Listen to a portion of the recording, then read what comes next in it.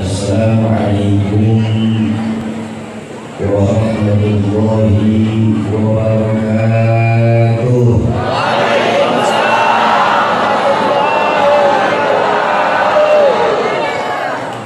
Alhamdulillahil aliyyil akbar wa azizul ghafar rabbul jannati wan nar. Wassalatu wassalamu ala sayyidina Muhammadil Mukhtar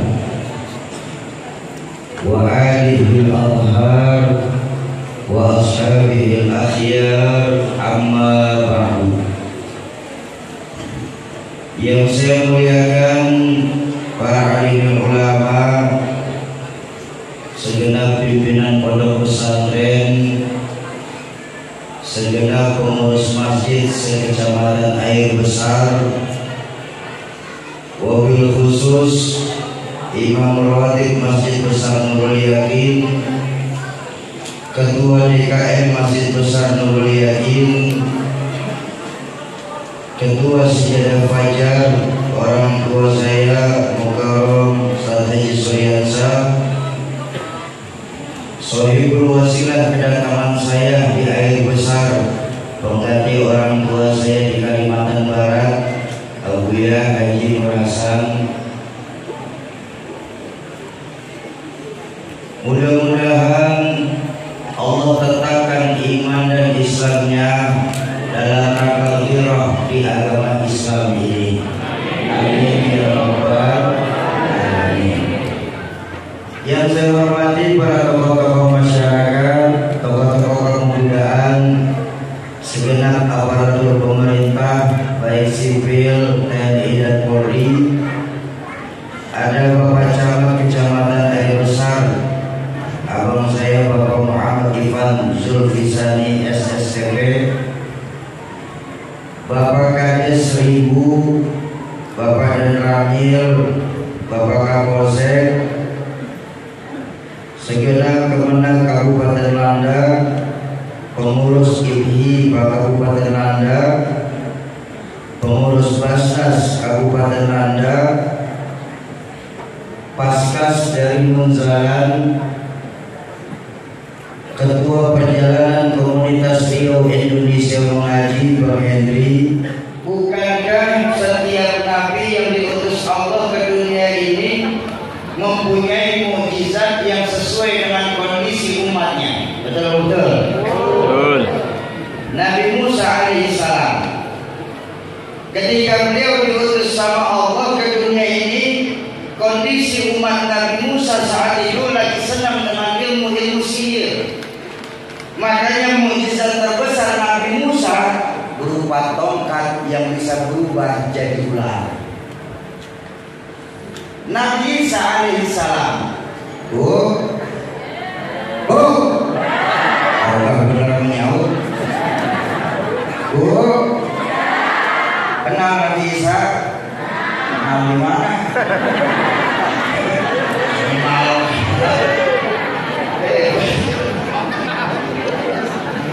Orang 1000 hebat sama Nabi Isa bisa kenal. Tahu. Nabi Isa alaihissalam, ketika beliau diutus sama Allah ke dunia ini, kondisi umat Nabi Isa saat itu lagi senang dengan ilmu-ilmu pengobatan. Makanya mukjizat terbesar Nabi Isa yang diturunkan kepada Nabi Isa dari Allah berupa menghidupkan orang yang sudah meninggal dunia. Pun baginda Rasulullah Sallallahu Alaihi Wasallam, orang 1000 ternyata pelit-pelit. Bapak Ibu, ketika satu hari baginda Nabi bertanya kepada para sahabat, wahai sahabatku, ya Rasulullah, siapa orang yang paling pelit di antara kita? Para sahabat jawab masing-masing. Orang pelit itu ya Rasulullah yang tidak mau mengeluarkan hartanya di jalan Allah. Ya sih, itu juga bisa kategori pelit, tapi nggak paling pelit. Orang pelit itu orang yang tidak mau berbagi dengan tetangganya ya Rasulullah. Bisa sih, tapi bukan paling pelit. Ya kalau begitu orang yang paling pelit sesungguhnya hanya Allah dan Rasulnya yang tahu. Baginda Nabi bersabda, maukah kalian aku tunjukkan orang yang paling pelit di antara kalian? Mau ya Rasulullah. Apa siapa orang yang paling pelit ya Rasulullah? Orang yang paling pelit di antara kalian adalah ketika disebut namaku, kata baginda Nabi, dia nggak mau bersolawat atasku.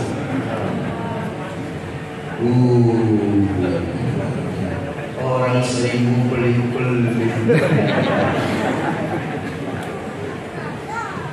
Bahkan baginda Rasulullah Sallallahu Alaihi Wasallam,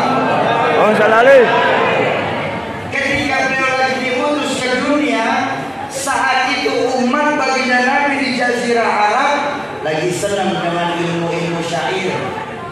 Makanya mukjizat yang diturunkan Allah kepada baginda Nabi berupa Al-Quranul Karim.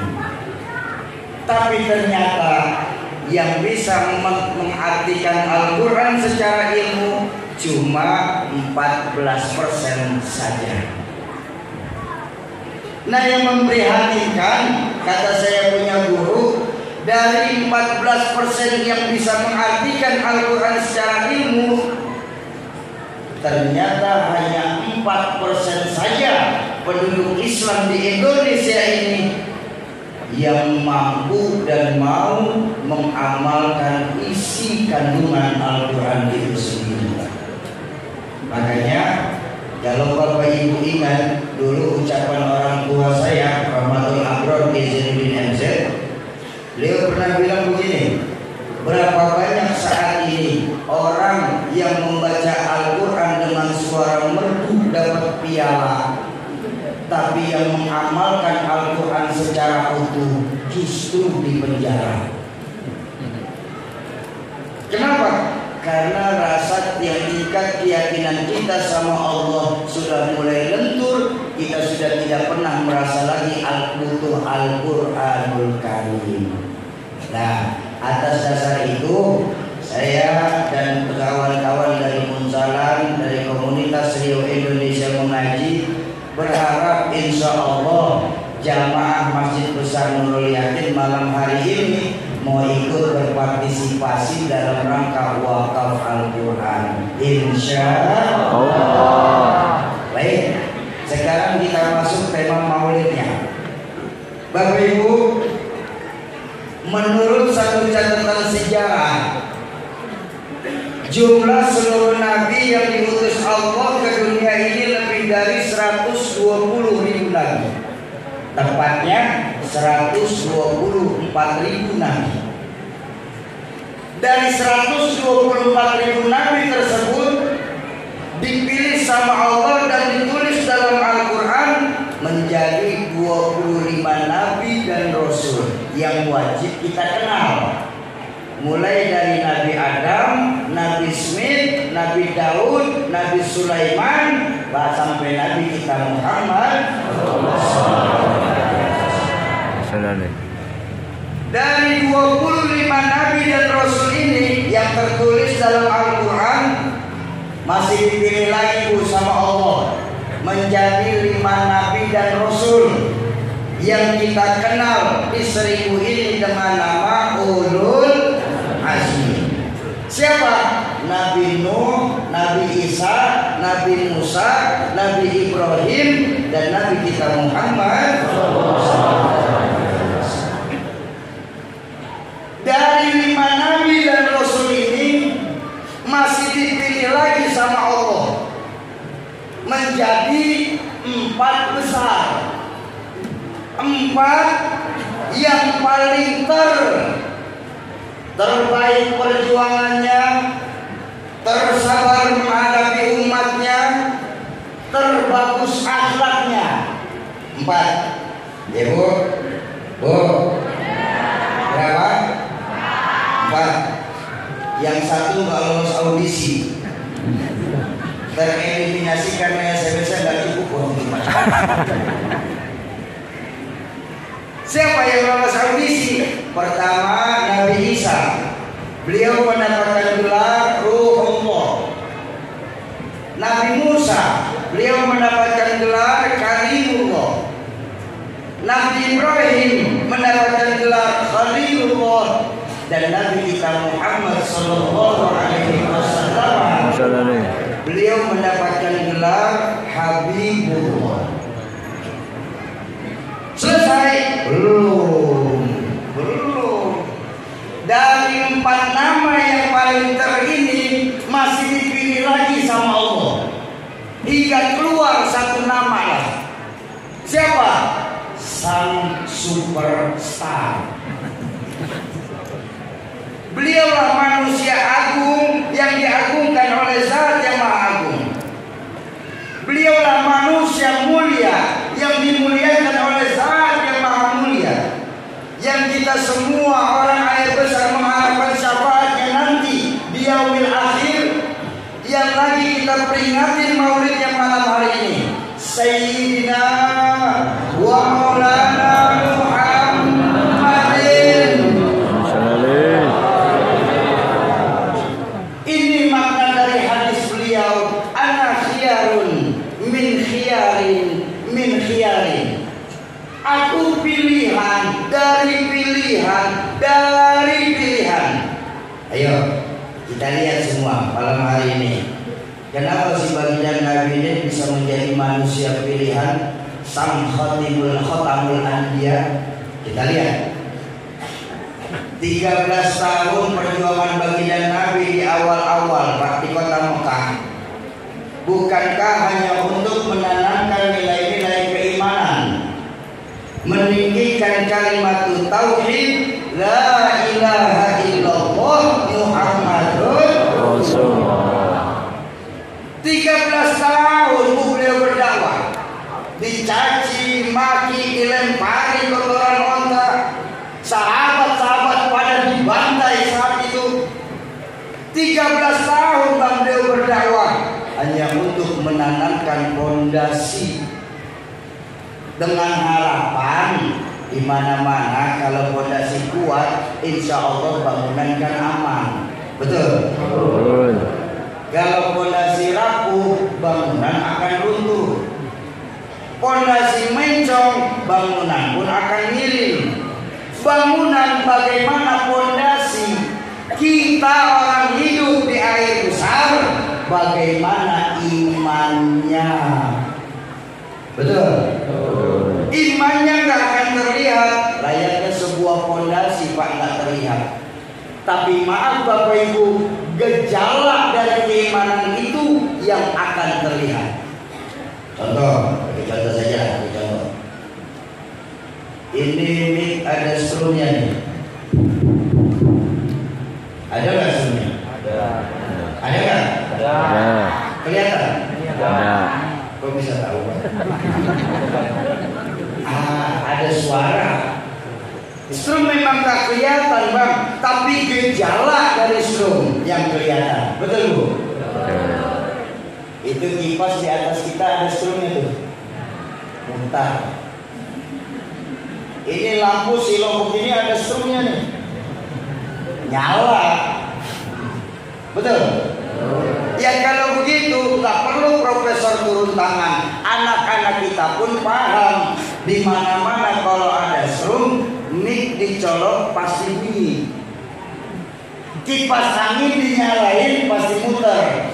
Lampu pasti nyala. Kalau begitu ceritanya, kalau memang punya iman, sujud yang benar. Jangan nunggu akhir waktu sholatnya. Kalau punya iman, sedekah yang berani. Jangan cuma ditaruh 5.000 di Nurul Yakin setiap Jumat. Udah sedekah 5.000 pengen masuk surga. Surga mana 5.000? Pelecehan sama surga. Bahasa 10.000 sekarang. Surga 5.000. penting ikhlas. Sedekah yang penting ikhlas. Soal besarnya sih nomor 1. Sedekah itu Pak, daripada kecil nggak ikhlas, lebih baik besar tapi ikhlas.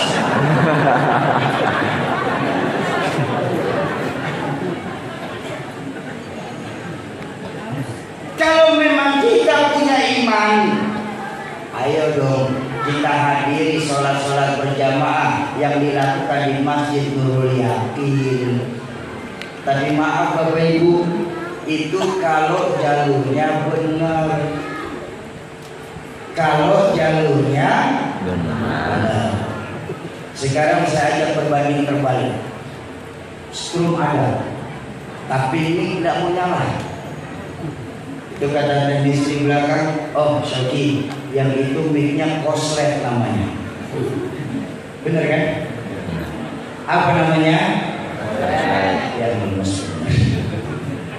Pak Camat di sini kalau maulid pada lemes begini emang ya? Maaf Pak. Ini kita lagi memperingati lahirnya manusia yang karena beliau kita ada Pak di 1000 ini. Yang karena beliau kita ada, bahkan dalam hadis qudsi Allah mengingatkan laulaka ya Muhammad ma khalaqtu aflah. Kalau saya bukan karena engkau hai Muhammad, sungguh tidak akan aku ciptakan air besar beserta 1000 ini. Masa iya sih kita di sini lagi memperingati lahirnya yang karena beliau kita semua ada. Pada lemes-lemes di sini.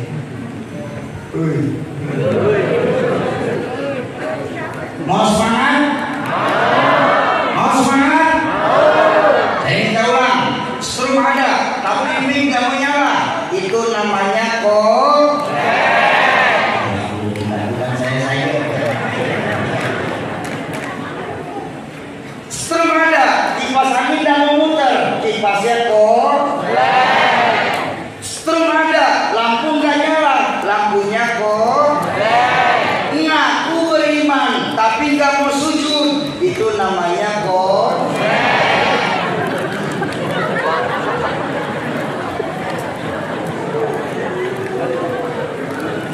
ngaku imannya besar, rumah dekat masjid bagus, nggak mau menghidupkan salat berjamaah di masjid, itu namanya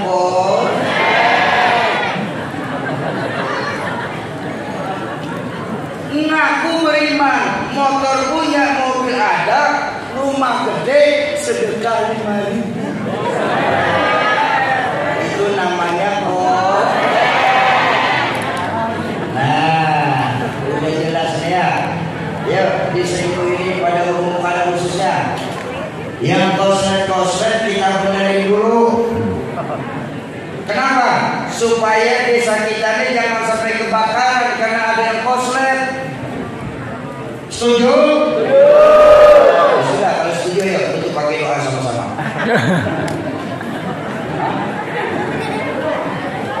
Tadi sebentar. Sampai jam berapa Maji? Jam berapa Maji? Peringatan Maulid sampai jam berapa? Ayo saya tantang nih.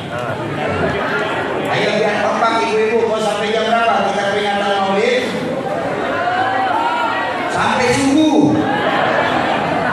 Sampai jam 11. Jam 11. Sekarang baru jam berapa? Jam 9. Berarti masih ada 2 jam. Sanggup? Kuat? Bentar. Nanti saya tanya coba ya. Pak. Istrinya minta 2 jam Pak. Kuat?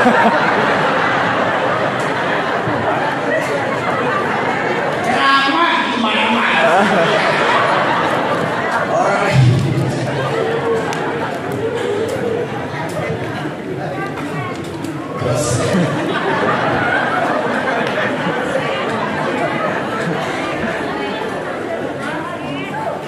lalu apa sih Pak sesungguhnya yang bisa kita ambil hikmah dari peringatan Maulid malam hari ini tentang baginda Nabi? Gini, baginda Nabi kan sejarah mencatat beliau ini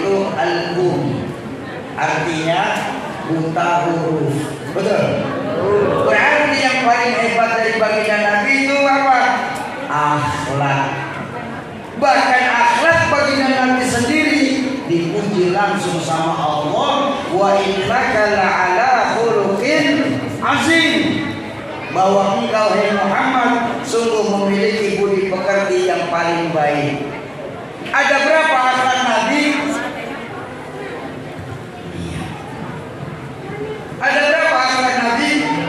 Sejarah mencatat dari sekian banyak akhlak Nabi dikumpulkan, maka yang paling hebat akhlak Nabi itu ada 3. Nah, malam hari ini saya akan bicara tentang akhlak Nabi ya. Ya, setuju? Tentang akhlak Nabi itu pun nggak banyak-banyak, 3. Insya Allah 10 menit selesai. Potong tadi 8 menit, masih sisa 2 menit lagi saya. Udah dengerin aja.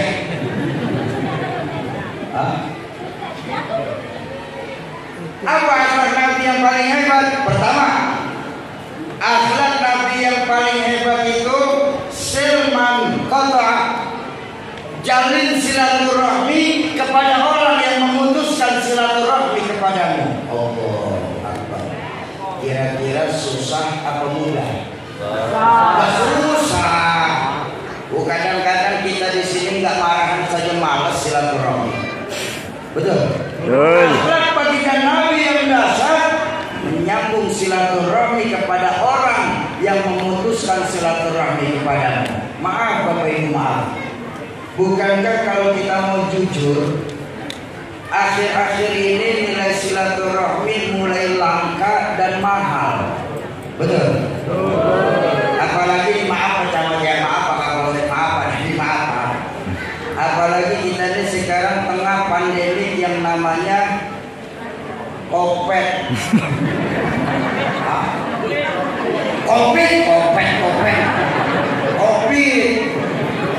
COVID-19. Betul. Coba lihat kita nih Pak. Gara-gara COVID saat ini silaturahmi terasa mahal dan langka akhirnya. Apa buktinya? Sekarang ini dikarenakan COVID kita sudah tidak lagi mau bersalaman kepada sesama orang Islam. Kenapa? Takut ketularan COVID. Betul.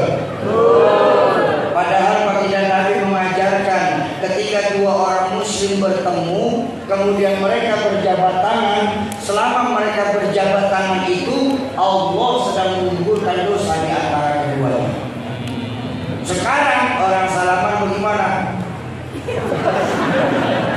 Ajak petinju.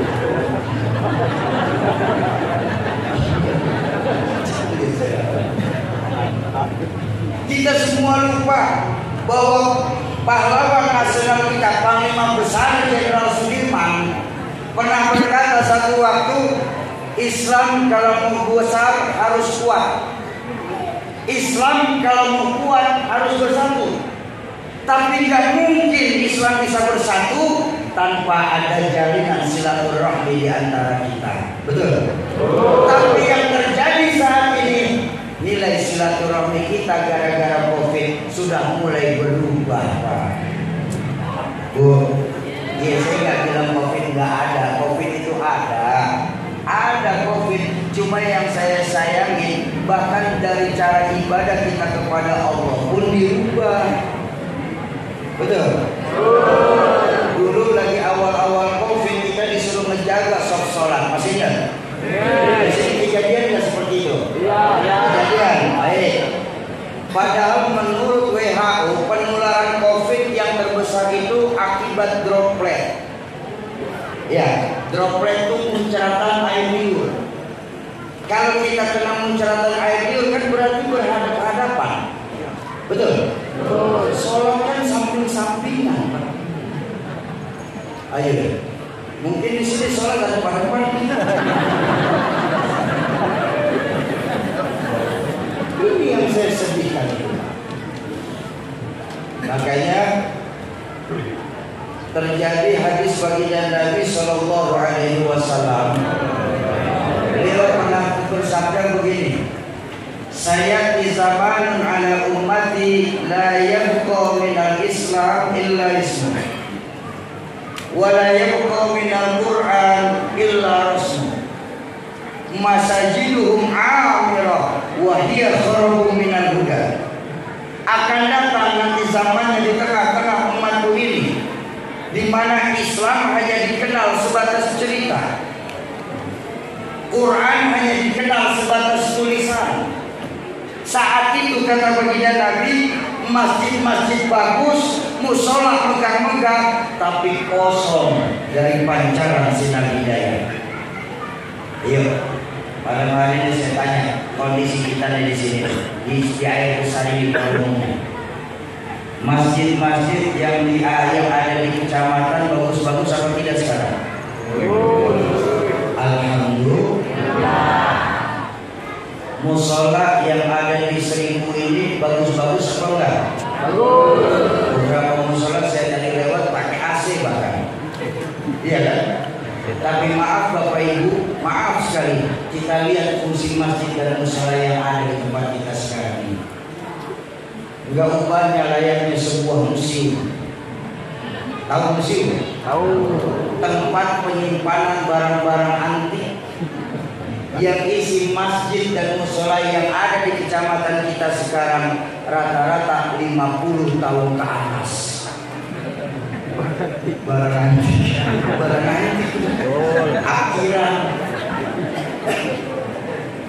Makanya jadi begitu sampai saya melihat Masjid Nurul Yakin, ya Allah, ini seharusnya kita orang Islam di sini, Pak, di Seribu ini bangga punya Nurul Yakin.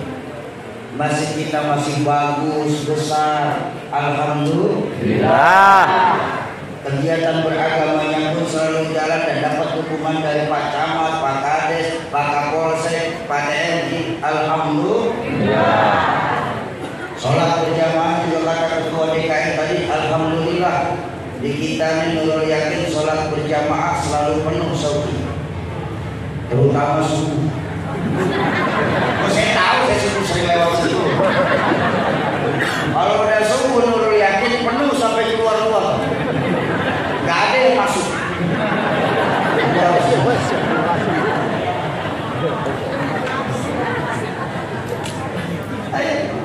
Panglima Besar Jenderal Sudirman mengatakan Islam kalau mau besar harus kuat, Islam kalau mau kuat harus bersatu. Tapi nggak mungkin Islam bisa bersatu tanpa ada jalinan silaturahmi di antara kita. Bahkan maaf sekali maaf, saya punya orang tua dulu pernah mengingatkan begini. Saya yakin insya Allah Bapak Ibu masih ingat bahwa kita umat Islam ini harus seperti 5 jari ini. Ini 5 jari ini, Bu, kalau dia kuat, rukun, kompak, bersatu, apa yang nggak bisa dipegang? Betul. Tapi kalau 5 jari ini centang perenang, merasa dirinya paling hebat, apa yang bisa dipegang? Nih, coba kalau 5 jari kompak nih, makan cepat, naik motor kenceng, main badminton enak, tengah malam susah tidur ngumpulin orang berempat main gaplek.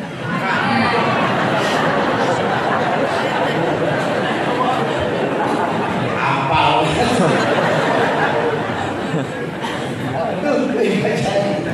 Lima jari itu kalau dia kompak, rukun, bersatu, apa yang nggak bisa dipegang? Betul? Betul. Tapi kalau 5 jari ini centang perenang, merasa hebat sendiri, merasa besar sendiri. Contoh, ini jempol, jari paling besar dari 4 jari lainnya. Coba lihat jempolnya masing-masing. Insya Allah lebih besar dari 4 jari lainnya. Betul? Coba ibu bapak silakan makan pakai jempol. 3 hari belum selesai.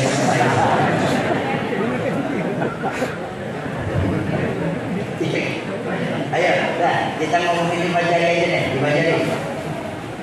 Ini jari apa nih? Jempol. Siapa jempolnya diistilahkan nih? Ini umarannya, pemerintah. Islam kalau mau kuat di kecamatan kita air besar nih, harus ada pemimpin-pemimpinnya yang konsekuen membangun agama di tempat ini. Makanya kita bangga kita punya Pak Camat, Beliau sponsorin langsung acara malam hari ini. Harus ada pemerintahan kita yang konsekuen membela agama kita sendiri, mengorbankan jabatan demi agama. Selesai? Belum. Kita juga punya apa ini? Tunjuk. Siapa tunjuk? Akhirnya orang kaya. Maaf Bapak Ibu, maaf. Islam kalau mau enak, Islam kalau mau nyaman, Islam kalau mau kuat di 1000 di air besar ini harus ada orang kayanya yang berani ngeluarin harta di jalan Allah. Maaf Bapak Ibu, maaf. Ini bikin pengajian kayak begini, bikin maulid begini, nggak cukup pakai takbir.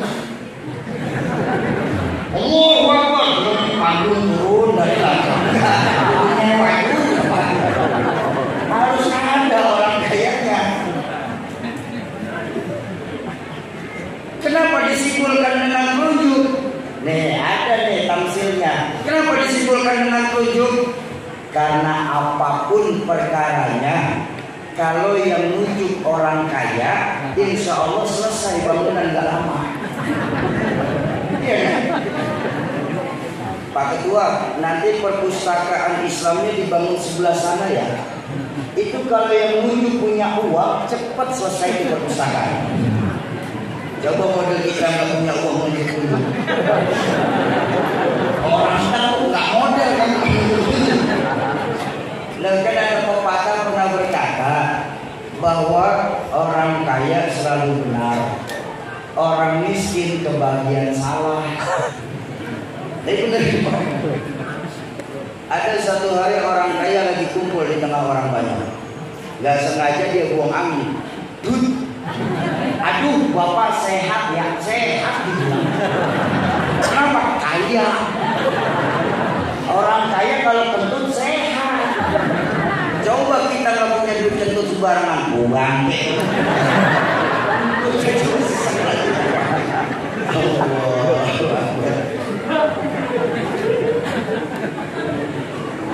Makanya saya berharap baik di 1000 maupun di air besar pada umumnya harus ada orang kayanya Pak, yang berani mengeluarkan harta untuk kemajuan agama.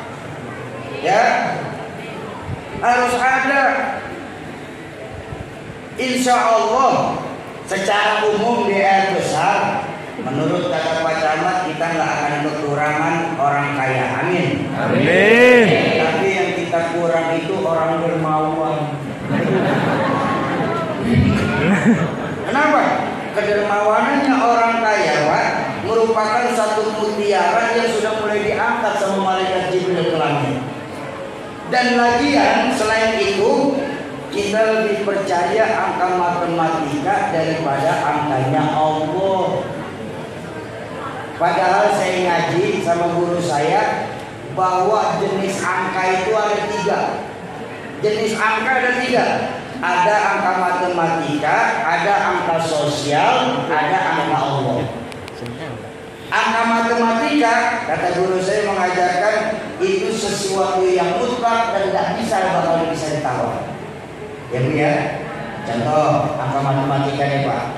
1 kurang 1 0. 1 tambah 1 2. Itu angka matematika, nggak akan pernah bisa ditawar Pak. 1 kurang 1 setengah dah namanya sama temen. Enggak akan bisa. Tetap aja walaupun sama temen 1 kurang 1 0. Betul? Tapi ketika kita bertemu dengan angka sosial itu naik turun Pak hasilnya. Contoh angka sosial begini. 1 orang takut ditambah 1 orang takut, maka hasilnya 2 orang setengah berani. Betul kan? Kenapa? Karena sudah berdua. Kalau sendiri takut wajar sendiri. Kalau sudah berdua setengah berani. Kalau ditambah lagi dengan 1 orang takut lagi, sama dengan hasilnya 3 orang pemberani. Nah kok jadi berubah? Karena sudah bertiga. Kalau bertiga kita masih takut juga, cemen namanya. Tuh angka sosial tuh, betul? Tapi jangan lupa Bu, ada angka sosial yang aneh. Contoh, 1 ekor ayam ditambah 1 ekor musang, insya Allah hasilnya 1 ekor musang. Kemana ayamnya? Tuh angka sosial tuh. Betul. Artinya apa kalau angka sosial? Angka sosial menjelaskan kehidupan kita sehari-hari. Contoh, betapapun kita nggak punya uang untuk beli parfum, tapi kalau kita punya teman jual minyak wangi, insya Allah sesemprot 2 semprot, nggak akan digas, nggak akan dimintain bayaran. Betul? Tapi walaupun kita nggak melakukan kejahatan, tapi ketika kita berteman sama penjahat, maka orang satu desa akan mencap kita bagian dari kejahatan itu sendiri. Nah, makanya baginda Nabi mewanti-wanti Pak.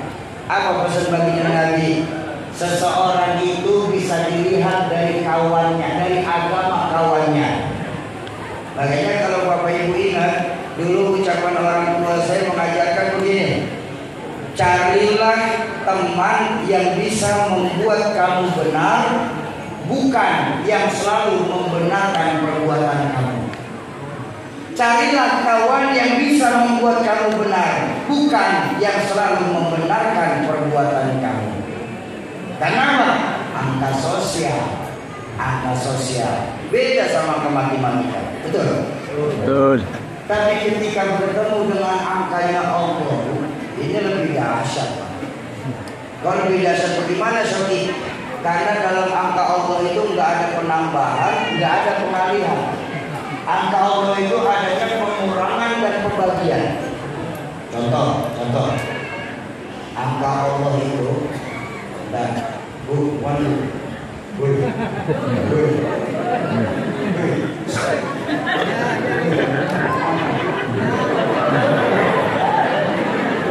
iya, ya silakan.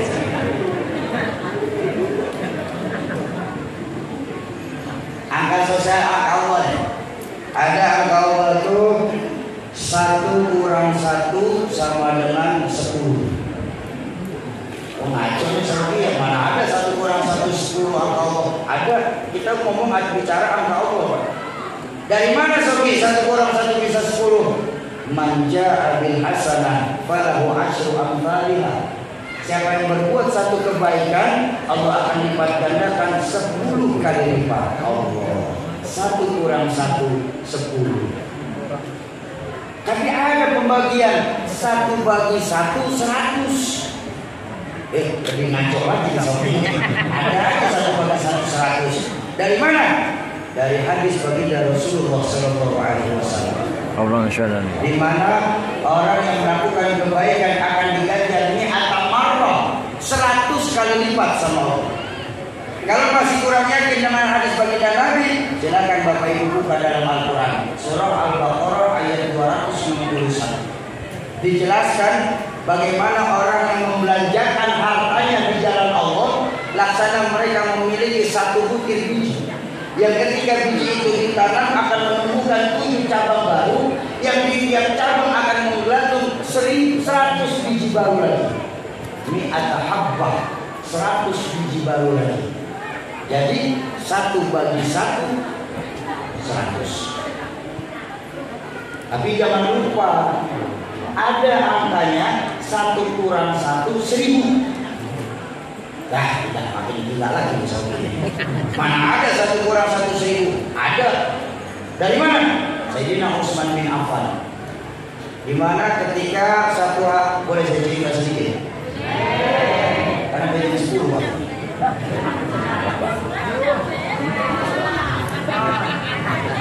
Ya. Ketika satu hari Madinah lagi dilanda paceklik panjang. Saat itu nasib penduduk Madinah sangat kekurangan. Sembako pada mahal. Bahkan bukan mahal saja, tapi susah dicari di Madinah. Sehingga Sayyidina Utsman itu untuk belanja sembakonya Pak, harus pergi ke Thaif di luar Madinah. Ketika sudah selesai belanja, balik ke kota Madinah. Sampai kota Madinah, baru di gerbangnya saja ditahan sama toke-toke sembako Madinah. Mau kemana Utsman? Ya mau bawa dagangan. Kemana? Dalam Madinah. Terus kan lumayan Madinah sekarang kan lagi paceklik. Jadinya saya bisa nyari untung. Begitu? Iya. Begini saja Utsman. Katanya tengkulak sembako nih. Begini saja Utsman.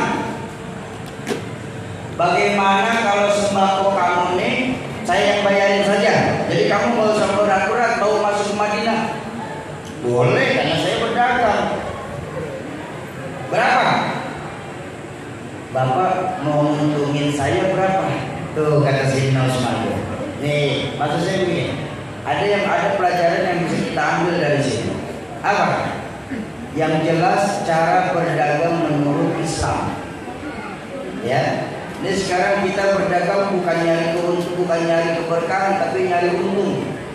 Padahal sahabat-sahabat Nabi itu dalam berdagang nyarinya berkah, bukan untung. Contohnya kita sekarang dalam berdagang, kita ngambil satu barang dagangan harganya 7.000, kita jual harga 15.000. Ketika ada yang menawar 10.000, kita sudah berani sumpah-sumpah bahwa nama Allah, kita belum dapat apa-apa dari sini.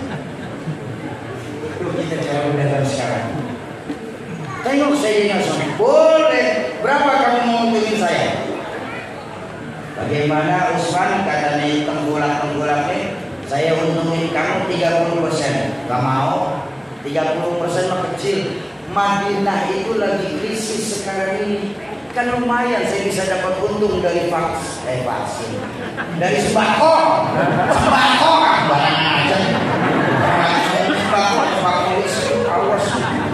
Sembako kan lumayan bisa untung dari sembako saya. Gak mau 30. Ya udah, saya tambahin 80%. Gak mau. 100%. Gak mau. 200% Utsman saya tambahin dagangan kamu. Enggak mau. Udah begini dah kata Sayyidina Utsman. Daripada kita tawar menawar nanti hilang keberkahan dagangan saya. Udah begini. Kalau mau bayarin dagangan saya dengan kasih saya untung 1000%.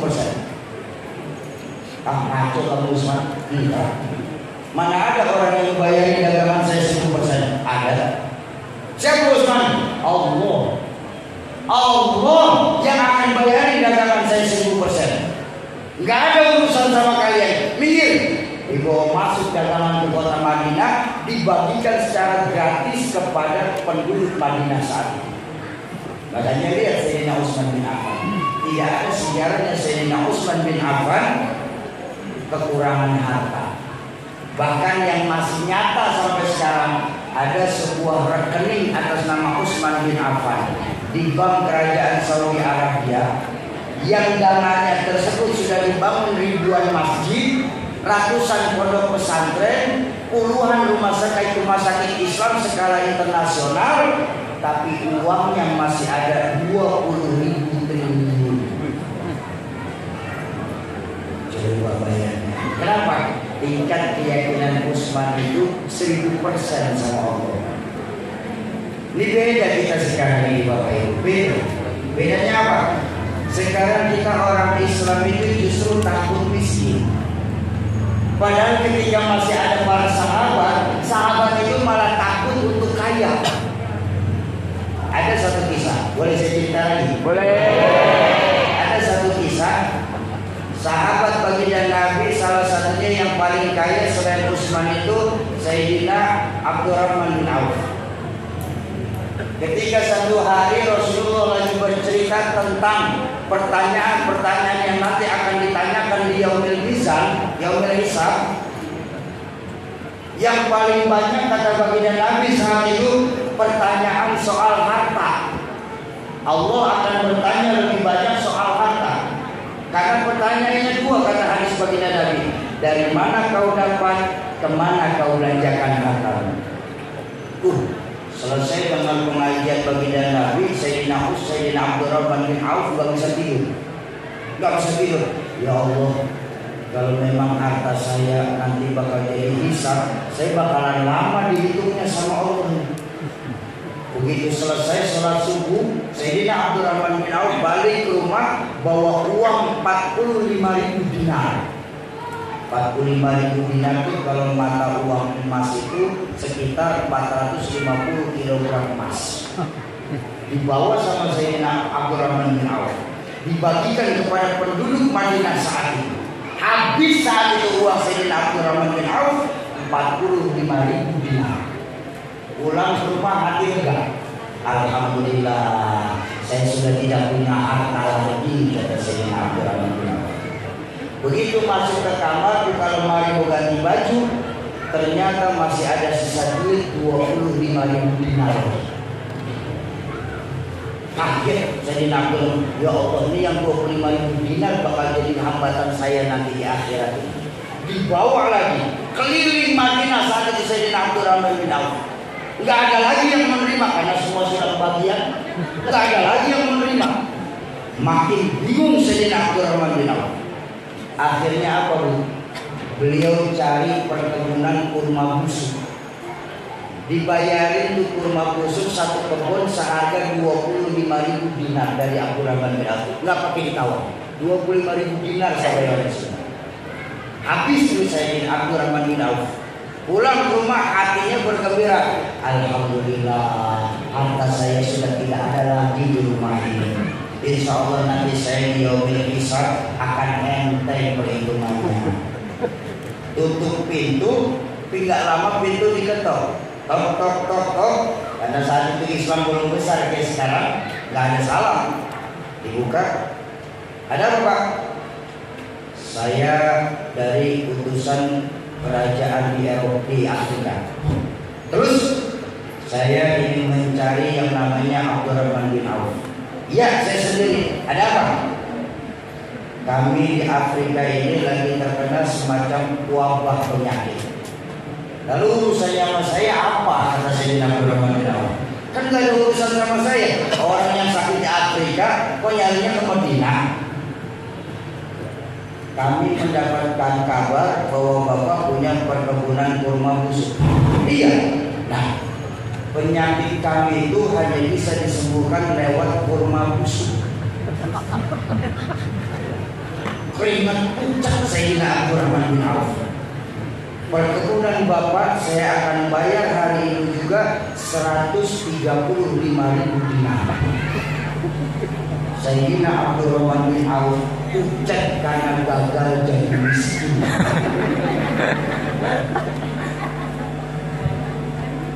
Apa saya?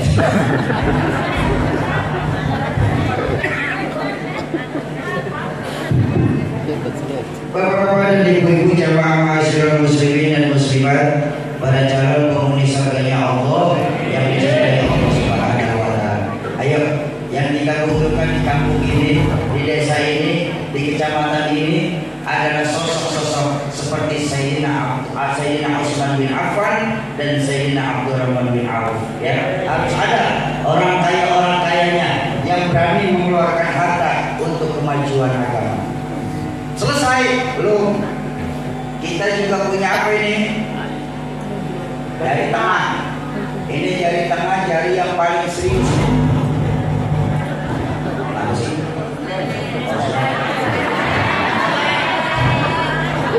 Iya, kalau nggak senang ngomong aja, Pak. Jangan pakai sound, pakai marah-marah.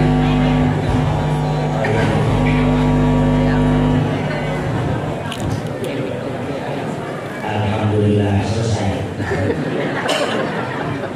Apa yang ketiga ini, jari apa? Jari tengah. Ini jari yang paling serius, Pak. Ini jari nggak bisa diajak bercanda, Pak. Nggak ada anak kecil kita sweet pakai jari tengah ini. Nggak bisa diajak main. Ini siapa jari tengah nih? Ini para tuan-tuan guru kita, para asatidz, para masyayikh, para ustazah. Ini jari tengah nih. Beliau harus di tengah-tengah, enggak kemana-mana tapi ada di mana-mana. Apa pesan saya tentang jari tengah ini? Mumpung di kita ini masih banyak ulama-ulama, mumpung di tengah-tengah ini masih banyak orang alim di kita ini, di air besar ini, ayo kita ambil ilmunya. Kenapa? Karena ketika Allah mengangkat satu ilmu, bukan langsung diangkat itu ilmu, tapi apa? Dimatikannya para ulama. Ketika ulama sudah meninggal, orang pintar sudah tidak ada, maka yang akan menampung urusan pemerintahan hanya dipegang oleh orang-orang bodoh. Ketika orang bodoh yang memegang pemerintahan urusan bukan urusannya, kata baginda Nabi, fantazir sa'ah, tunggulah saat kehancuran datang di tengah-tengah kita. Bapak Ibu, bukankah akhir-akhir ini banyak ulama-ulama kita yang sudah mulai diangkat sama Allah? Sementara yang terjadi untuk memenuhi kebutuhan agama kita, banyak sekarang ini kita belajar agamanya dari Bang Google, ngajinya sama ustazah itu.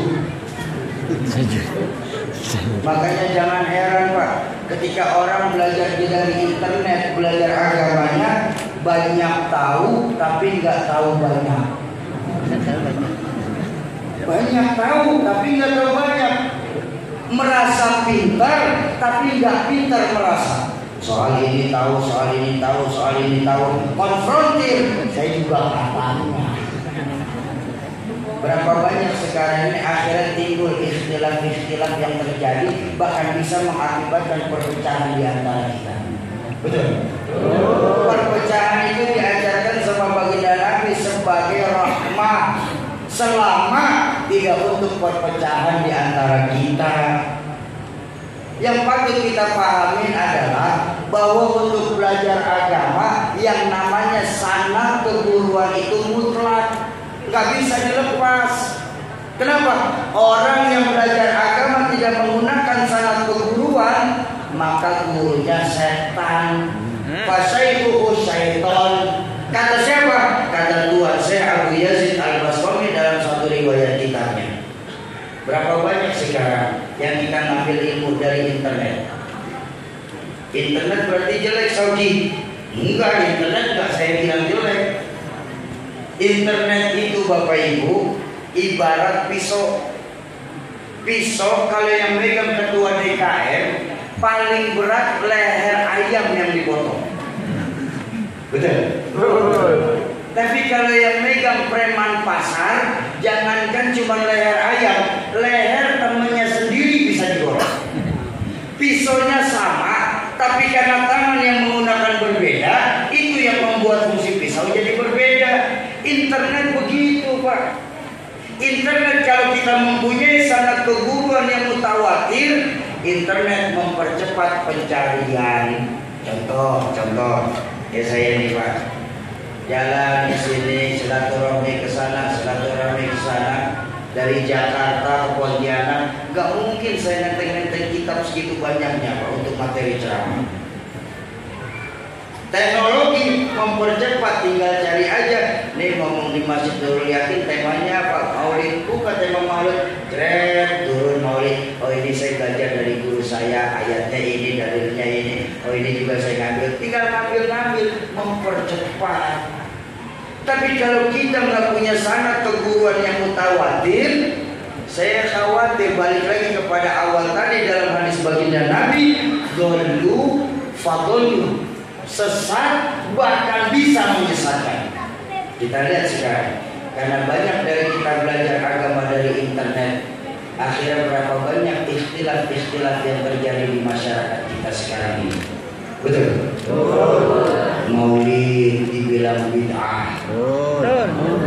Yasin tahlil gak ada tuntunannya. Kirimin Fatihah keruh katanya haram. Saya pernah ditanya Pak sama saudara-saudara saya sebelah ini, Sogi, kenapa Bang? Memangnya ruh dibacain Fatihah pahalanya nyampe? Saya bilang, aduh Bang, 2021 masih mikirin ruh bacain Fatihah nyampe Pak, enggak sih saya bilang. Udah jawab aja Sogi. Benar mau tahu jawaban saya? Iya, kami mau tahu. Ya sudah, pahalanya nyampe Bang. Apa buktinya? Tadi minta jawab, sekarang minta bukti. Sudah, mana buktinya Saudi kalau pahala itu nyampe? Ya sudah, sampai sekarang turun nggak pulang-pulang lagi kan sih? Kan nyampe kan? Kalau nggak nyampe mah dia bakal pulang minta Pak. Nggak bisa begitu Saudi, kata saudara saya. Dalam agama itu semua harus berdalil. Saya bilang Pak, kalau saya sekarang keluarin dalil, abang pasti akan membantah dalil saya dengan dalil abang. Akhirnya kita cuma jadi perang dalil. Kalau jadi perang dalil, sampai kiamat pun nggak akan selesai urusan ini. Bukankah abang sendiri bilang kembalikan kepada Al-Quran? Ketika bertemu ikhtilaf, Al-Quran kan mengajarkan lana a'maluna walakum a'malukum. Nggak bisa begitu Saudi, pokoknya harus ada dalil. Dan sekarang begini saja dah saya bilang. Ini yang paling gampang nih, saya ambil tengah saja. Abang mati duluan sih. Nanti saya kirim Fatihah. Kalau nggak nyampe balik kasih tahu saya. Nanti saya kasih tahu orang lain. Dia nggak mau. Mereka lupa bahwa baginda Nabi mengajarkan idza mata ibnu Adam in qata'a amaluhu ila salasin. Kalau anak cucu ada meninggal dunia, terputus semua amaliannya kecuali 3. Apa? Ilmu yanfa, shadaqatan jariyah, wa waladun shalih yad'ulah. Ilmu yang bermanfaat, sedekah yang diterima, dan doa anak soleh yang mendoakan orang tuanya ketika meninggal dunia. Doa anak soleh itu doa apa? Lagi ngirimin hadiah Fatihah, tahlilan, doa satu anak soleh saja bisa diterima, apalagi anak soleh itu ngumpulin tetangga sebanyak 40 orang, di mana perkumpulan majelis 40 orang berdoa doa wali, seperti doanya satu wali. Doa wali nggak akan pernah tertolak oleh Allah. Jadi jangan persoalan kayak gini yang saya mau pesan Bang. Ini malam hari ini saya mau pesan ya. Maaf. Yang senang maulid bagus, terusin, gak bid'ah Bang. Nabi senang kok. Apa buktinya Nabi senang? Dan Nabi itu setiap hari Senin merayakan hari kelahirannya. Dengan cara apa? Puasa hari Senin. Itu kan perayaan maulid. Makanya Bapak Ibu kalau mau bersyukur, kalau bahasa Jawa bilang puasa weton, puasain hari lahir, itu sunnah. Karena baginda Nabi lakukan itu. Betul? Buat Bapak lahir hari Rabu, mau puasa sunnah hari Rabu, boleh puasa hari lahir. Dibolehkan, dicontohkan sama baginda Nabi. Jadi nggak ada maulid itu bid'ah Bang. Saya bilang, udah ada sekarang begini. Yang senang maulid bagus, terusin. Baginda Nabi senang. Yang nggak senang juga udah diem aja.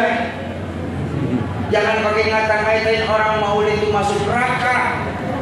Yang mabuk masih banyak, ngapain yang maulid pakai diurus-urusin. Ayo kita cari persamaan, jangan pernah memperbesar perbedaan. Betul? Yang senang yasin tahlil bagus, terusin. Nyampe pahalanya Pak ke orang tua kita yang sudah meninggal. Yang nggak senang juga udah diem saja. Jangan pakai ngeledek-ngeledek, nanti akhirnya jadi pada berantem. Gue yang main judi online masih banyak, ngapain yang yasin tahlil pakai dilarang-larang. Ingat, baginda Nabi dulu dalam berdakwah itu mengislamkan orang kafir. Lah kok kita sekarang dalam berdakwah malah mengkafirkan sesama Islam. Dakwah baginda Nabi mengajarkan yasiru wa la tu'assiru. Kalau bisa mudahin jangan dipersulit. Basyiru wa la tunaffiru. Kalau bisa gembirain jangan ditakut-takutin. Ini nggak boleh, itu nggak boleh, ini neraka itu haram. Semua yang jelek masuk neraka. Emang neraka punya bapakmu ya? Gampang banget orang masukin neraka. Ayo, Bapak Ibu, saudara-saudara saya sekalian, dalam berdakwah sekarang, ayo kita cari persamaan, jangan pernah memperbesar perbedaan. Setuju? Setuju. Kita orang Islam harus saling asih, asuh. Jangan sama-sama kita bahkan saling gasak, gesek.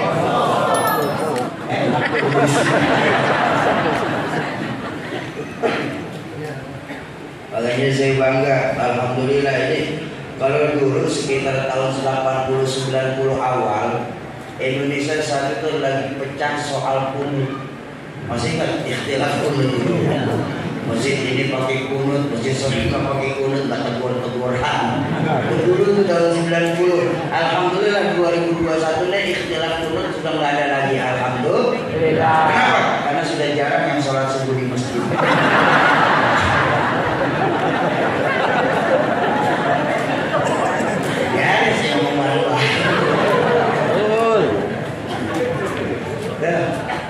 Jadi nanti ya para ulama-ulama kita, ayo jagain ulama-ulama kita yang ada di tempat kita ini, di air besar ini pada umumnya.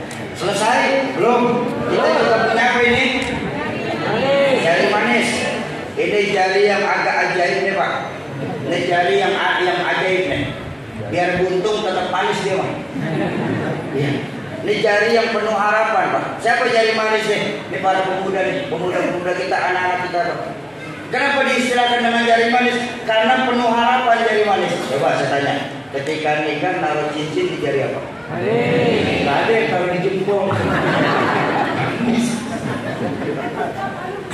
Seolah-olah mengajarkan bagaimana Islam nanti di air besar ini 10, 20, bahkan 100 tahun yang akan datang. Bukan di pundak-pundak kita para orang tua, tapi di pundak anak-anak kita. Apakah Islam masih ada di tempat kita ini? Ayo, jadi adik-adik saya, generasi-generasi muda kita yang ada di Seribu ini, tanamkan kembali nilai-nilai agama semenjak dini dalam rumah tangga kita. Bukankah baginda Nabi mengajarkan al-baitu madrasatul ula? Rumah itu pesantren pertama buat anak-anak kita. Bu, jangan pernah berharap punya anak-anak yang soleh dan solehah kalau kita sendiri sebagai orang tua tidak bisa berlaku soleh dan solehah di hadapan anak-anak. Mimpi kita bagaimana menciptakan generasi muda yang Qurani di air besar ini kalau kita sebagai orang tua nggak suka baca Al-Quran di hadapan anak-anak. Pepatah Arab pernah mengajarkan ma fil aba fi abna. Bapak kalong, anak kampret. Bapak nyolong, bocah nyopet. Fotokopi bagaimana aslinya? Ayo didik anak-anak kita, generasi-generasi muda Islam. Sekarang ini banyak dalam pemikiran-pemikiran anak-anak kita. Kamu kalau belum pernah mabuk, sampai nyemplung ke sawah, belum bisa disebut generasi modern. Kamu kalau belum pernah ngelem iPhone, belum bisa disebut generasi modern. Kamu kalau belum pernah ngerasain yang namanya pil PCC, flaka, sabu-sabu, ekstasi, gorilas, belum bisa disebut generasi-generasi muda milenial. Para pemudi-pemudi muslimah, kalau kalian belum pernah melakukan yang namanya kumpul sapi, kebun jarang sekarang, yang banyak sapi. Kalau para pemudi-pemudi muslimah belum pernah melakukan yang namanya free love, free sex, summer living, one night stand, nggak tahu artinya.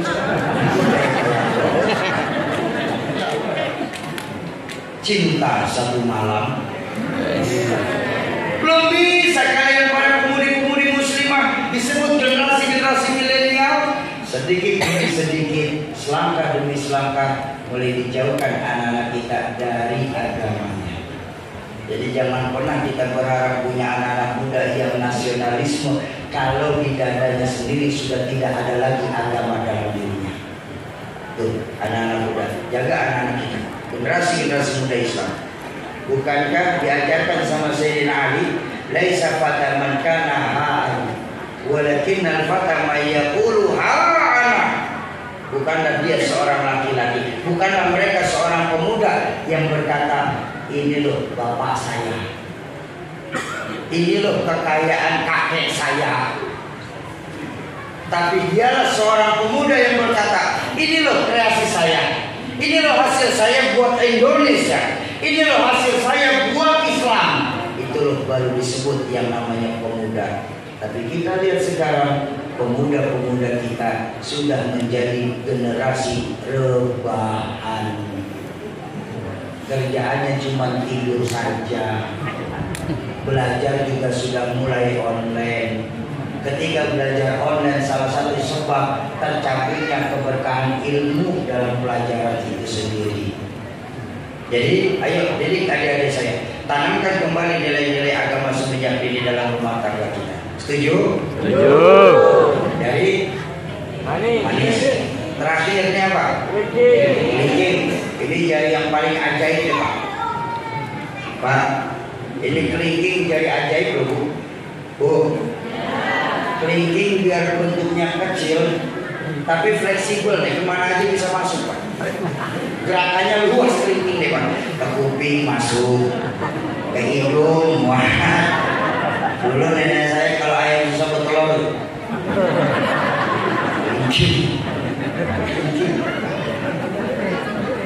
siapa kelingking?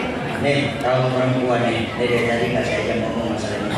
Nih kaum perempuan, makanya saya pesan buat orang laki-laki yang ada di Seribu ini, Pak, Bang, Bapak dan abang saya, jangan pernah kita di sini mempermainkan yang namanya perasaan perempuan. Benar-benar saya ngomong ini. Kenapa? Karena Allah menciptakan kaum perempuan dengan luar biasa. Ya Bu ya, Allah menciptakan kaum perempuan ini luar biasa Pak. Lihat perempuan Pak, biar badannya kecil, tapi laki-laki segede apa ketelan juga Pak.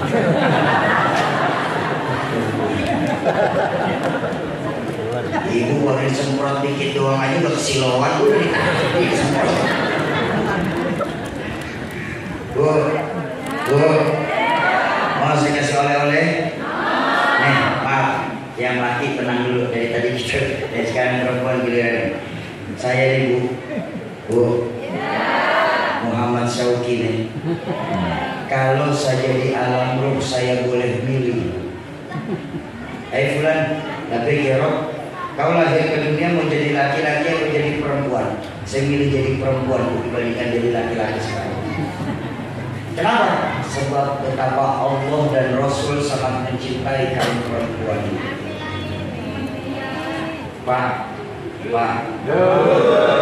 kita orang laki Pak, untuk meraih surganya Allah modalnya harus banyak Pak. Bu, perempuan untuk meraih surganya Allah modalnya nggak pakai banyak-banyak, cukup 4. Mau tahu? Mau tahu? Perempuan yang meraih surganya Allah modalnya cukup 4. Apa? Idza shalat khamsaha wa shauma syahraha wa hafizat farjaha wa ta'at zawjaha fadkhulil jannah min ayyil bab. Seorang perempuan yang apabila mereka sholat 5 waktu. Saya tanya, ibu-ibu sholat 5 waktu enggak? 1 dapat modalnya. Alhamdulillah. Dan perempuan tersebut wasauma syahroha, berpuasa di bulan Ramadan. Ibu-ibu puasa Ramadan 2. Dan perempuan tersebut wahafizat farjaha, menutup auratnya. Ibu-ibu sehari-hari menutup aurat? Udah 3 Pak. Allah perempuan sini insyaallah ahli surga semua kayaknya. Dan kita belum apa-apa, perempuan di sini udah 3 semua dah. Dan yang keempat, perempuan tersebut wa ta'at zaujaha, dan mereka taat sama suaminya.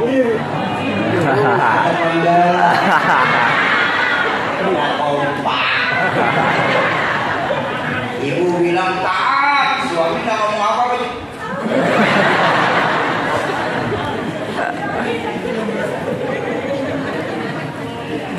Bu, taat sama suami itu hukumnya wajib selama tidak untuk bermaksiat kepada Allah.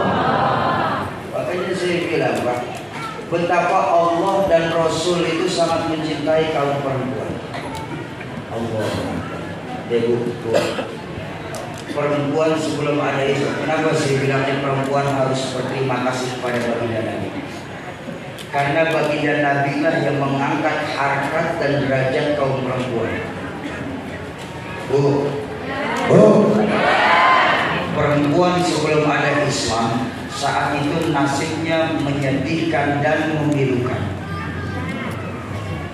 Seolah-olah Pak, perempuan sebelum ada Islam saat itu dilahirkan itu hanya untuk melahirkan, sebatas pemuas syahwat. Tugasnya nggak boleh lebih dari segitiga. Dapur, sumur, kasur. Kasur, sumur, dapur. Dapur, kasur, sumur. Muter di situ nggak kemana-mana. Sudah begitu harganya murah. Allah. Perempuan sebelum ada Islam harganya murah.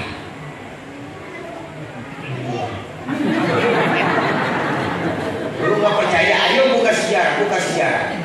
Nggak usah jauh-jauh lah. Raja-raja di Nusantara ini sebelum ada Islam, sejarah mencatat raja-raja kita ini di Nusantara sebelum ada Islam berapa kalau ngumpulin selera? Saya ngerti 10, 20, 40. Apa boleh saat itu perempuan protes? Nggak boleh. Tuan-tuan tanah di Timur Tengah sebelum Rasulullah hadir, kalau ngumpulin selir itu ratusan. Yang kurang ajar Pak, Bu, seorang kaisar terakhir dari dinasti Ming di Cina, dia bangun istana 1000 kamar di Forbidden City itu. Kenapa? Selirnya 1000. Allah Akbar. Raja kalau selir 1000, kapan dia pakai kolor? 1000.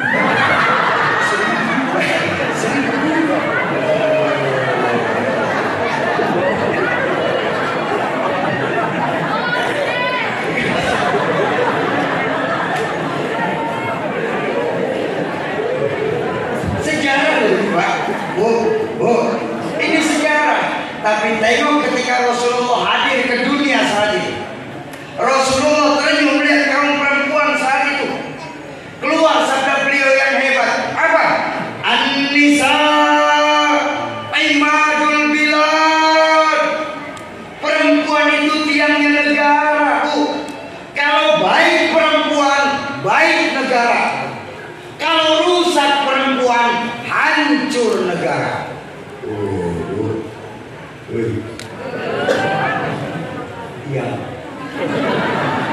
Tiang semua nih.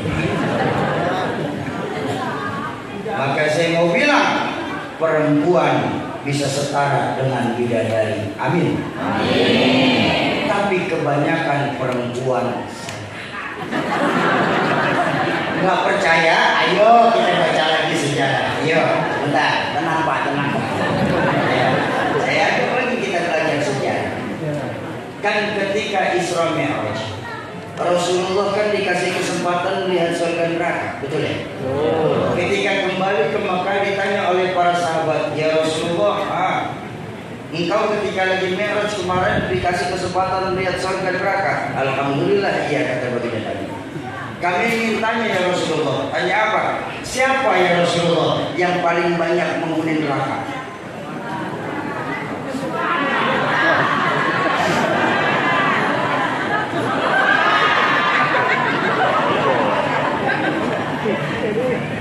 Kaget para sahabat itu saat itu. Perempuan ya Rasulullah, itu yang saya lihat. Apa perempuan itu tidak pernah membaca Al-Quran? Oh, rajin. Perempuan itu nggak pernah sholat? Oh, sering, rajin, tiap hari 5 kali nggak kurang. Perempuan tersebut nggak mau sedekah? Oh, rajinan perempuan sedekah dibandingkan laki-laki. Perempuan kan satu minggu itu 7 kali pengajian, 7 kali sedekah. Kita sehari Jumat doang. Rajinan perempuan sedekah. Lalu kenapa ya Rasul lebih banyak perempuan masuk neraka? Baginda Nabi bersabda saat itu, hunna yakfurnal asir. Karena perempuan yang masuk neraka tersebut kurang rasa berterima kasihnya kepada suaminya.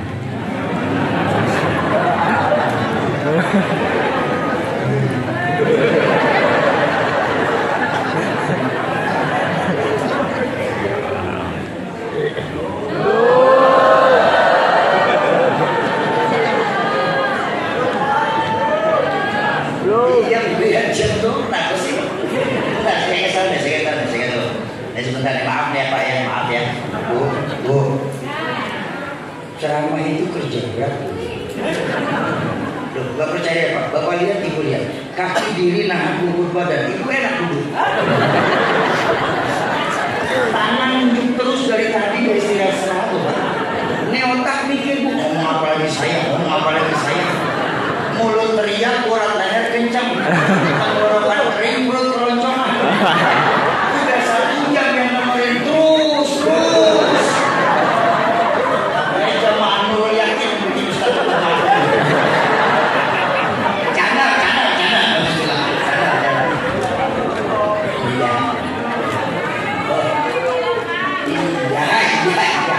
Jarang-jarang ya Bu ya.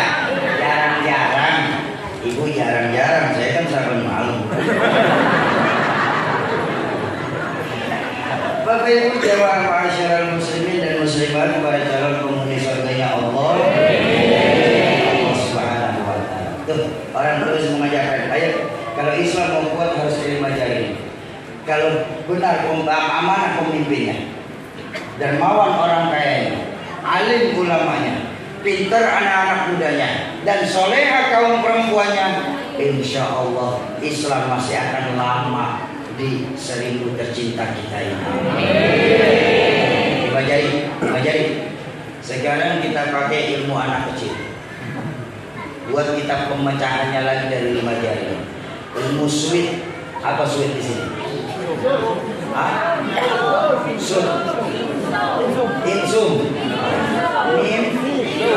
Insum.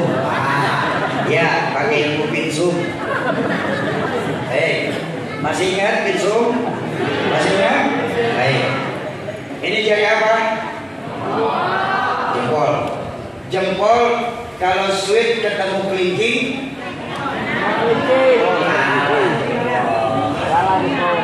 jempol menang gede aja nih Pak.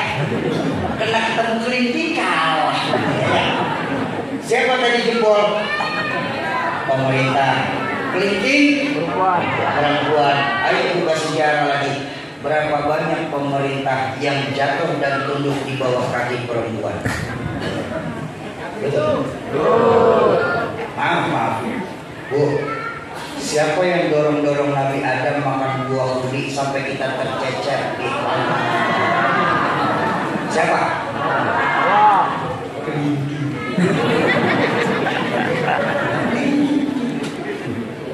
Julius Caesar Pak. Besar kekuasaannya, singa dataran Eropa tunduk dan takluk di bawah kaki Cleopatra. Siapa Cleopatra? Bill Clinton lagi masih jadi presiden Amerika, sempat sempoyongan kesandung kelingking. Makanya saya bilang tadi, jangan pernah main-main dengan yang namanya kelingking. Ya Bu ya. Tapi anak-anak kecil pun tahu Pak, kelingking kalau ketemu telunjuk kalah kelingking. Siapa telunjuk? Orang kaya. Perempuan kalau melihat duit lemes aja. Di Jakarta. Di sini insya Allah sama.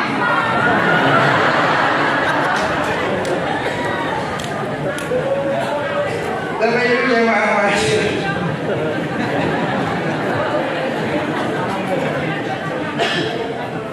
Bapak Ibu jemaah ma'asyiral muslimin dan muslimat, para calon penghuni surganya Allah yang dicintai Allah Subhanahu wa ta'ala. Ayo kita hidupkan lagi sunnah-sunnah baginda Nabi yang paling hebat, menjalin silaturahmi di antara kita.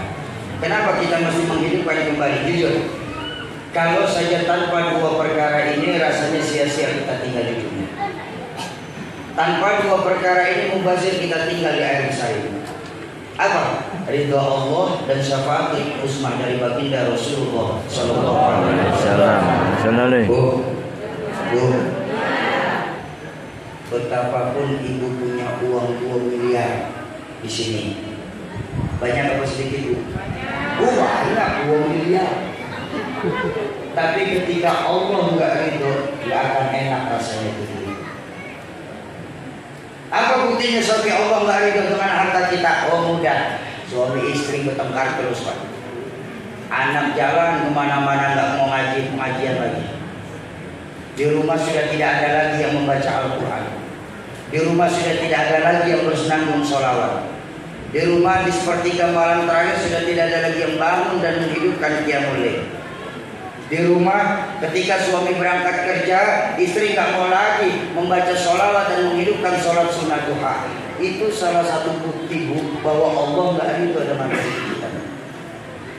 Kok begitu Sofi? Karena diajarkan sama guru saya Ustaz Muhammad Nasrullah. Beliau mengajarkan begini, yang mengakibatkan kita malas untuk berbuat ibadah itu dikarenakan terlalu banyaknya barang yang subhat yang sudah masuk ke dalam badan. Allahumma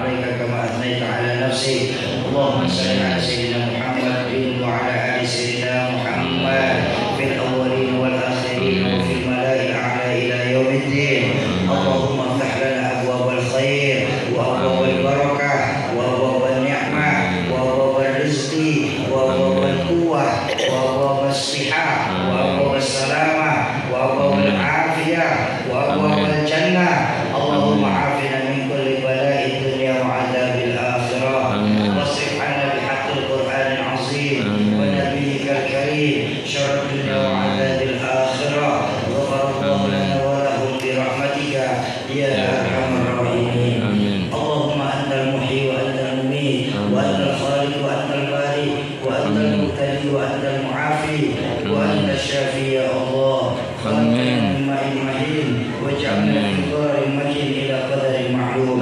Allahumma inna nas'aluka bi asma'ikal husna wa sifatikal 'ulya ya man bi yadihi al-ibtila wal mu'afata wash-shifaa wad dawa. Nas'aluka bi mu'jizati nabiyyika Muhammadin sallallahu alaihi wasallam wa barakati khaliluka Ibrahim alaihi salam wa hurmati karimuka Musa alaihi salam. Amin. Man amradal muslimin min ahli waqfil Qur'an fi hadzal makan ya Allah. Bijahi kalamikal qadim wa bijahi Rasulillah sallallahu alaihi wasallam. Istajib du'ana ya Allah. Istajib kulla hajatina ya Rahman. Kafa billahi waliya wa kafa billahi nasira. Allahumma hubbalana bi hubbalika wa alhidna ma'as salihin waj'alna min ibadikal muttaqin. Rabbi lana wa liwalidina warhamhum kama rabbawna shighara wa li jami'il muslimina wal muslimat wal mu'minina wal mu'minat al ahya'i minhum wal amwat innaka sami'ud du'a. Allahumma ighfir li ummati sayyidina Muhammad. Allahumma arham ummati sayyidina Muhammad. Allahumma ansur ummati sayyidina Muhammad. Allahumma jbur ummati sayyidina Muhammad. Rabbana hab lana min azwajina wa dhurriyyatina qurrata a'yun waj'alna lil muttaqina imama. Rabbana atina min ladunka rahmatan wa hayyi lana min amrina rashada.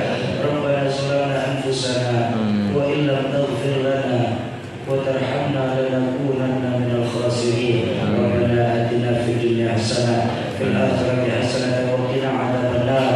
Wa sallallahu ala sayyidina Muhammadin wa ala alihi wa sahbihi wa sallam. Subhana rabbika rabbil izzati amma yasifun wa salamun alal mursalin walhamdulillahi rabbil alamin. Bapak Ibu, tidaklah lebih alim daripada Bapak Ibu yang duduk di hadapan saya. Mohon dibukakan pintu ridha dan pintu maaf yang sebesar-besarnya. Ucapan terima kasih pertama kepada para muhafidz Al-Quran malam hari ini. Sungguh hanya Allah sajalah yang mampu dan mau membalas kebaikan Bapak Ibu dalam rangka menghidupkan kembali Al-Quran di Kalimantan Barat ini. Ucapan terima kasih yang kedua kepada Pak Camat yang sudah mengakomodir kedatangan kami, mulai dari kedatangan sampai nanti sampai kepulangan. Mudah-mudahan jumpa lagi di lain kesempatan insya Allah. Kepada segenap panitia pun mengucapkan permintaan maaf yang sebesar-besarnya. Terima kasih, jumpa lagi. Usikum wa Assalamualaikum warahmatullahi wabarakatuh.